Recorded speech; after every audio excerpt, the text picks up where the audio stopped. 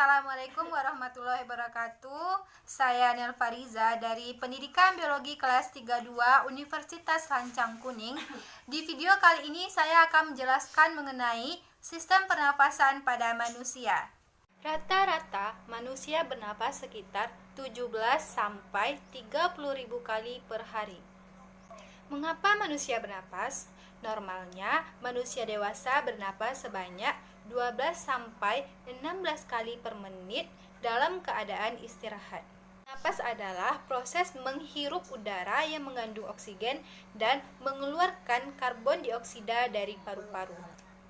Satu kali rangkaian menghirup dan menghembuskan napas disebut dengan satu kali napas. Proses ini disebut dengan respirasi manusia. Pernapasan manusia berfungsi untuk menyediakan asupan oksigen secara konsisten agar seluruh fungsi tubuh bekerja dengan baik. Yang pertama, hidung, yang kedua, laring, yang ketiga, trakea, yang keempat, bronkus, yang kelima, bronkiolus, dan yang keenam, paru-paru. Hidung terdiri dari dua, yakni lubang hidung dan rongga hidung. Rongga hidung terdiri dari selaput lendir dan bulu hidung. Bulu hidung berfungsi untuk menyaring agar kotoran tidak masuk ke dalam saluran pernafasan, dan rongga hidung berfungsi untuk mengatur suhu dan kelembapan sesuai dengan tubuh. Pada rongga hidung, udara yang masuk mengalami 3 proses, yakni penyaringan, penghangatan, dan kelembapan udara. Ini berfungsi untuk menempelnya selaput atau pita suara. Trakea terdapat di depan kerongkongan dan terdiri dari tulang-tulang rawan berbentuk cincin. Saat sedang berbicara, katup yang ada di trakea menutup sehingga saluran makanan tertutup dan saluran pernafasan terbuka. Dan ketika sedang menelan, katup akan terbuka, kemudian saluran makanan terbuka dan saluran pernapasan tertutup. Bronkus merupakan organ manusia yang berbentuk cabang tenggorokan yang menyambung antara trakea dan paru-paru. Bronkiolus adalah percabangan bronkus yang ada di dalam paru-paru. Paru-paru merupakan organ pernapasan manusia yang terakhir, terletak di dalam rongga dada manusia. Sebelumnya saya akan menjelaskan bagian dari model sistem pernapasan yang telah saya buat, yakni sedotan diibaratkan sebagai batang tenggorokan dan balon di dalam botol diibaratkan sebagai paru-paru, dan balon di bawah botol diibaratkan sebagai diafragma. Proses pernapasan meliputi 2 proses, yaitu menarik nafas atau inspirasi dan mengeluarkan nafas atau ekspirasi. Proses inspirasi terjadi ketika udara dihirup melalui rongga hidung sampai ke batang tenggorokan, dan udara dari batang tenggorokan masuk ke dalam paru-paru. Ketika kita melakukan inspirasi, diafragma berkontraksi, volume paru-paru mengembang, dan udara masuk ke dalam paru-paru.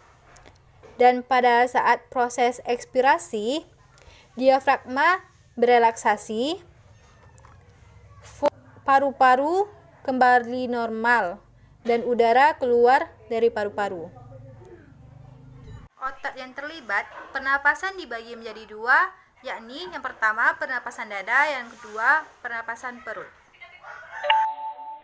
Pernapasan dada pada fase inspirasi merupakan fase yang diawali dengan berkontraksinya otot antar tulang rusuk sehingga membuat rongga dada terangkat atau membesar. Akibatnya, tekanan dalam rongga dada menjadi lebih kecil daripada tekanan di luar, sehingga udara luar yang kaya oksigen masuk. Pada fase ekspirasi merupakan fase relaksasi atau kembali ditariknya otot antar tulang rusuk ke belakang yang diikuti oleh turunnya tulang rusuk sehingga rongga dada menjadi kecil. Akibatnya, tekanan di dalam rongga dada menjadi lebih besar daripada tekanan luar, sehingga udara dalam rongga dada yang kaya akan karbon dioksida keluar. Pernapasan perut pada fase inspirasi. Terjadi kontraksi otot diafragma sehingga rongga dada membesar. Akibatnya, tekanan dalam rongga dada menjadi lebih kecil daripada tekanan di luar sehingga udara luar yang kaya oksigen masuk. Pada fase ekspirasi merupakan fase relaksasi atau kembalinya otot diafragma ke posisi semula yang diikuti oleh turunnya tulang rusuk. Hal ini menyebabkan rongga dada menjadi kecil. Sebagai akibatnya, tekanan di dalam rongga dada pun menjadi lebih besar daripada tekanan luar, memungkinkan udara dalam rongga dada yang kaya karbon dioksida keluar. Gangguan pada sistem pernafasan diantaranya yakni flu atau influenza, asma, dan TBC. Influenza disebabkan oleh virus dan mudah sekali menyebar. Penularan bisa melalui kontak langsung ke cairan atau melalui cairan yang keluar dari penderita saat batuk atau bersin.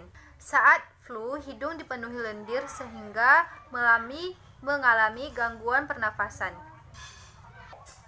Yang kedua ada TBC atau tuberkulosis, adalah penyakit yang disebabkan oleh infeksi bakteri Mycobacterium tuberculosis di paru-paru. Bakteri tuberkulosis menyerang paru-paru dan menyebabkan gangguan pernafasan seperti batuk kronis dan sesak nafas. Yang ketiga ada asma, disebabkan karena penyempitan saluran nafas. Sesak nafas menjadi tanda umum pada penyakit ini. Biasanya sesak nafas dibarengi dengan mengi atau wheezing yang merupakan suara khas yang dikeluarkan pasien saat bernafas. Sekian dari saya. Wassalamualaikum warahmatullahi wabarakatuh.